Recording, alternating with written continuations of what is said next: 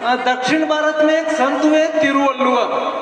जब हम रामेश्वरम की तरफ जाते हैं तो उधर एक बहुत बड़े संत, जैसे हमारे यहाँ कबीरदास जी है, तुलसीदास जी, ऐसे दक्षिण भारत में तिरुवल्लुवर, वो जब उनकी शादी हुई उससे पहले बड़े भक्ति वक्ति करते थे। शादी हो गई तो पहले दिन उनकी पत्नी ने भोजन बनाया, थाल सामने रखा, तो उन्होंने उससे कहा पत्नी से, जिसका नाम था वासुकी, कि वासुकी मेरे लिए एक कटोरी में पानी और एक सुई लाकर रख दो इसमें। सरल बात थी, कोई बड़ी मांग तो डिमांड नहीं थी। एक कटोरी में पानी और एक सुई लाकर उसमें रखना है। रख दी उसने, सामान्य बात खत्म। फिर शाम को फिर इस बार पत्नी ने पूछा नहीं, रखू कि नहीं रखू, उसने फिर रख दी। तो ऐसा चलता रहा। दूसरे दिन फिर रखा, 3 दिन, 5 दिन, 10 दिन, 1 महीना, 6 महीना, 1 साल, 10 साल, 20 साल, 50 साल। उस पत्नी ने वो कटोरी में पानी और सुई रखती गई।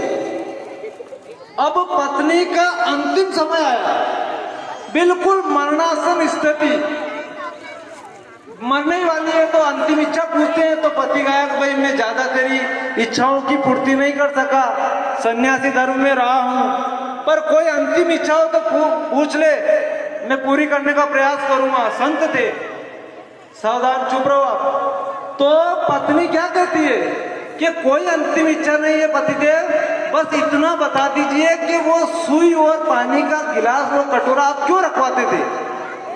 अब देखिए, कब जाकर पूछा, कितने दिन बाद पूछा। हम में से यहाँ कोई पूछ ले कि एक बार मेरे पानी का कटोरा और सुई ला के रख दो, तो पहले 10 प्रश्न आप लोग करोगे। कैसे, क्यों है, क्या करोगे कटोरे का, गिलास में पियोगे पानी, कटोरे में पानी पीने लगे, पागल तो नहीं हो गए। लेकिन उसने कब पूछा, 50 साल बाद। और इसलिए पूछा कि मुझे पता नहीं चला कि इसका उपयोग आपने कभी किया ही नहीं। इस पानी और सुई का उपयोग आपने आज तक नहीं किया, बस रखवाते थे और भोजन करके चल पड़ते थे।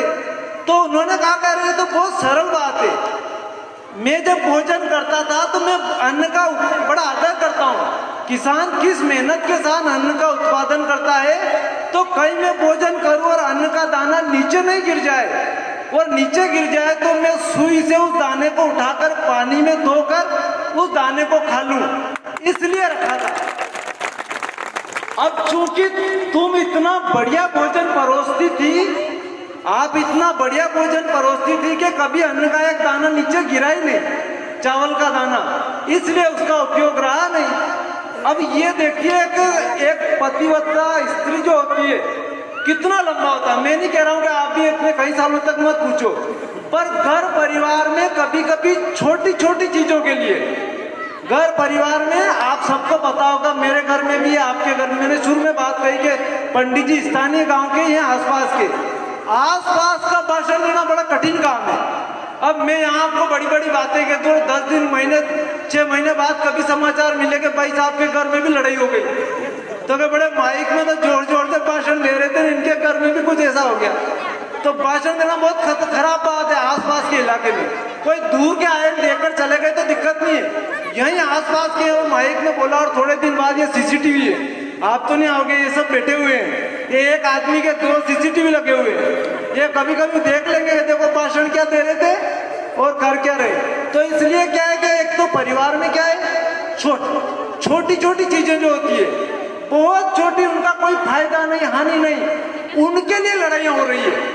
और आजकल देखिए आप, जो सुसाइड हो रहे हैं, एक डॉक्टर बैठे हुए मेरे साथ, ये बंशी जी सरकारी हॉस्पिटल में, ये कहते हैं कि हमारे हॉस्पिटल में रोज 3 से लगाकर 5-6 केस सुसाइड के, दवाई पी के मर रहा है, गोलियां खा के मर रहा है।